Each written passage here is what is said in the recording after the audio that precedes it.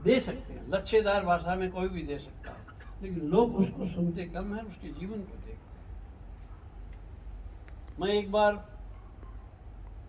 एक सभा में शिवाना में, वहाँ के एक मंत्री भाषण दे रहे थे, वो मैं बोलता नहीं। उसने कहा कि मैं इस जमाने में हमारे देश में जनसंख्या का बहुत विस्तार हो रहा है, बड़ा दबाव पड़ रहा है, इसलिए सबको परिवार नियोजन कराना चाहिए, 1 या 2 बच्चे में संतोष करना चाहिए, और दूसरा काम, मैं आपको शराब नहीं पीने दूंगा। तो वो उसके बच्चों के बारे में तो कौन क्या जाने, लेकिन हम भी बच्चे थे, हम चले गए जहाँ वो रुके हुए थे एक डाक बंगले में, वो बैठे बैठे गटक रहे थे गिलास पर गिलास।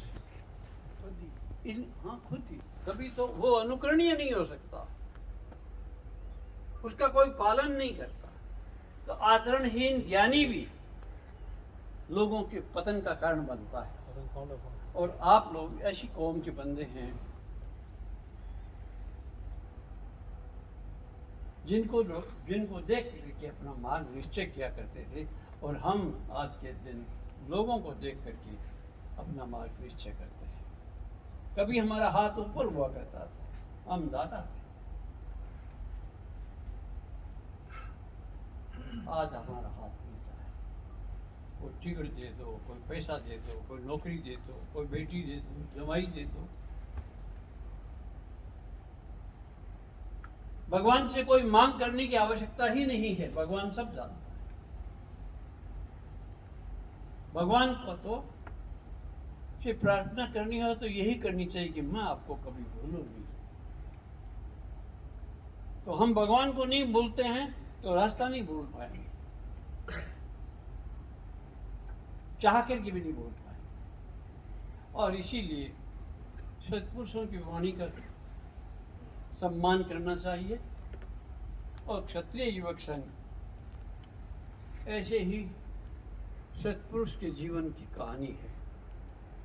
संस्थापक पूज्य धन सिंह जी, जिनके अभी 100 वर्ष जन्म के हो जाएंगे 2024 के 25 जनवरी को, और उस 25 जनवरी को महापुरुष, उस महामानव की शताब्दी वर्ष मनाया जा रहा है। तो 25 को मनाते हैं, लेकिन उस दिन कुछ टेक्निकल कठिनाई आ गई कि दिल्ली में मनाना चाहते हैं तो दिल्ली में बहुत बड़ा राजकीय कार्यक्रम होता है, उसका निश्चित नियम होता है, उसके प्रोटोकॉल होते हैं, उसके कारण हमारा धारा 144 लग जाती है, हम कार्यक्रम नहीं कर पाएंगे। तो हमने एक रास्ता निकाला कि दिल्ली में मनाना है, यदि इस क्षत्रिय युवक संघ को और धन सिंह जी का परिचय पूरे देश में देना है, तो हमको तो धैर्य से काम लेना चाहिए और मार्ग निकालना चाहिए। तो 28 तारीख को, जनवरी की 28 तारीख को 2024 की 28 जनवरी को रविवार पड़ता है, और उस रविवार के दिन संख्या भी ज़्यादा हो सकती है। इतने सारे लोग आए हैं तो हमारा भी मन खुश हुआ है। यदि 20-30 आदमी होते तो आप भी निराश होते और हम भी निराश होते। तो ये एक माहौल बनाता है आगे कदम बढ़ाने के लिए कि कितने लोग हमारे साथ हैं, और ऐसा ही एक प्रयास किया जा रहा है। पिछली बार 2021 में क्षत्रिय युवक संघ की हीरक जयंती मनाई गई जयपुर के भवानी निकेतन स्कूल में। परिसर भर गया, लोगों को बाहर रहना पड़ा परिसर से, महिलाएं भी बाहर खड़ी थी, रोड भी कहीं पहुंच भी नहीं पाए थे, पुलिस ने रोक लिया, इतनी भीड़ होगी, गाड़ियां कहाँ जाएंगी। अल्लाहु अकबर, अल्लाहु अकबर, अल्लाहु अकबर, अल्लाहु अकबर, अशहदु अन ला इलाहा इल्लल्लाह, अशहदु अन ला इलाहा इल्लल्लाह। लेकिन व्यवस्था को नहीं बिगड़ने दिया, व्यवस्था बनी रही अनुशासन के कारण। जो 75 साल की क्षत्रिय युवक संघ की जो शिक्षा थी,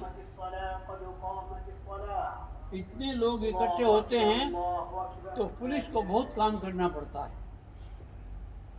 कई कई बार तो दूसरे लोगों की मीटिंगों में देखा है कि लोगों की पड़ोस की दुकानों को लूट लिया जाता है, लेकिन उस कार्यक्रम में किसी ने नहीं लूटा। पुलिस को भी भय था, तो पुलिस को हमने आश्वस्त कर दिया था, आप चिंता मत करो, आप तो अपनी जगह पर खड़े रहें, देखें कोई अनहोनी घटना हम होने नहीं देंगे। और ऐसा ही हुआ। उस अनुशासन को देख करके, जिसमें दूसरी जातियों के लोगों को भी बुलाया गया था, सभी ने इस कार्यक्रम को सराहा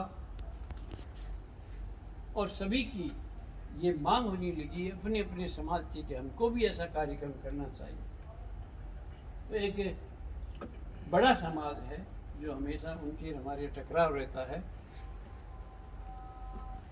उन लोगों ने आपस में विचार किया कि ऐसा कार्यक्रम हमको भी रखना चाहिए। तो उनका जो नेता था, अध्यक्ष था, उसने कहा कि रख सकते हैं, कोई दिक्कत नहीं है, पैसा तो मैं खर्च कर लूंगा, लेकिन ये अनुशासन कहाँ से लाओ? तुम लोग तो मंच को तोड़ डालोगे, और यह मंच ही नहीं है, क्या तोड़े? इधर उधर बैठे हुए लोग थे, मुख्य मंच पर 3 आदमी बैठे थे।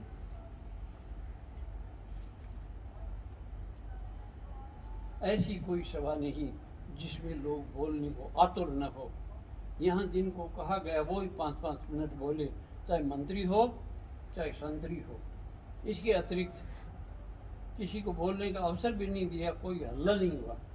उसी का प्रभाव पड़ा और उसी के कारण इसके समाचार जब दूसरे प्रांतों में गया तो उन लोगों ने कि इस प्रकार का कार्यक्रम, क्षत्रिय युवक्षण का कार्यक्रम दिल्ली में मनाया जाना चाहिए। तो अभी ये जब मांग आई तो मैं दिल्ली गया। दिल्ली में मंत्रियों से मिला, एमपी से मिला, विद्यार्थियों से मिला, राजनेताओं से मिला। सभी ने सहयोग करने की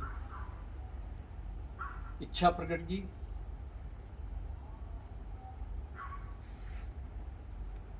और मुझे लगता है कि निश्चित रूप से तो दिल्ली में एक ऐसा कार्यक्रम होगा, वह भी अवर्णनीय होगा, अतुलनीय होगा।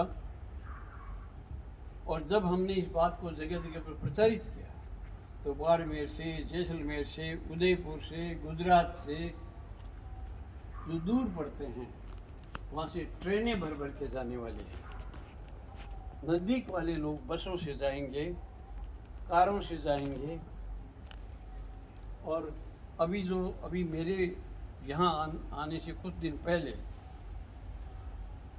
बाड़मेर में हमारे कुछ लोग, दिल्ली में कुछ और लोग जाकर के आए जिनको भी शंकाएं थी कि दिल्ली में रखने का क्या लाभ है, क्या इतने लोग आ जाएंगे, खाली नहीं रह जाए।